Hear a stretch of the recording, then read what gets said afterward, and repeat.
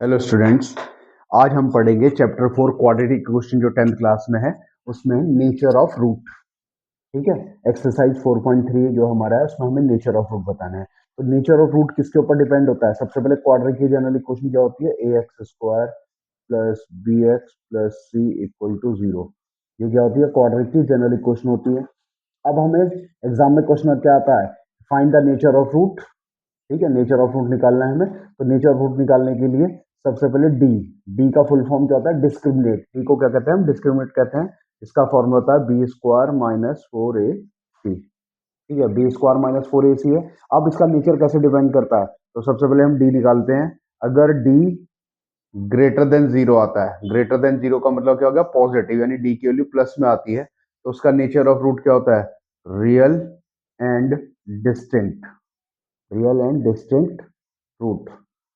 Distinct मतलब होता है डिफरेंट, यानी यहाँ पे जो दो रूट आएंगे अल्फा और बीटा आएंगे वो दोनों के दोनों अलग आएंगे। ठीक है। दूसरा, डी इक्वल टू जीरो। अगर डी जीरो आ जाता है तो उसका नेचर क्या होता है? Real and equal root.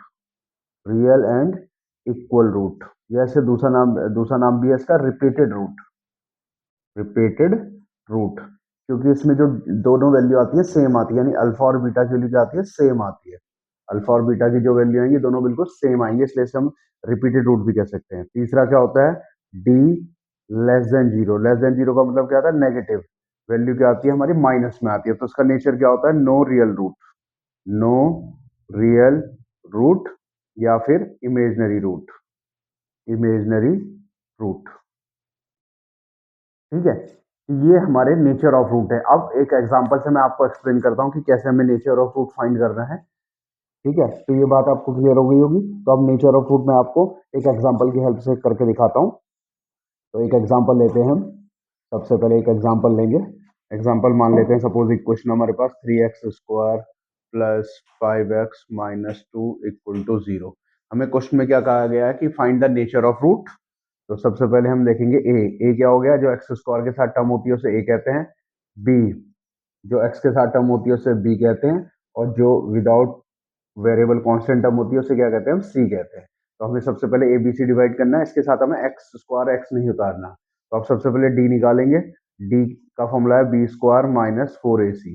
तो बी की वैल्यू कितनी है हमारे पास? 5 माइनस 4, ए की वैल्यू 3, सी की वैल्यू माइनस 2।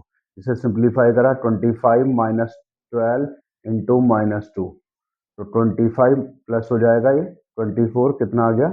49। तो इसका ये क्या है? पॉजिटिव नंबर है, तो उसका नेचर क्या हो गया? Real and distinct root. Distinct root. तो इस तरीके से हम नेचर ऑफ रूट फाइंड कर सकते हैं।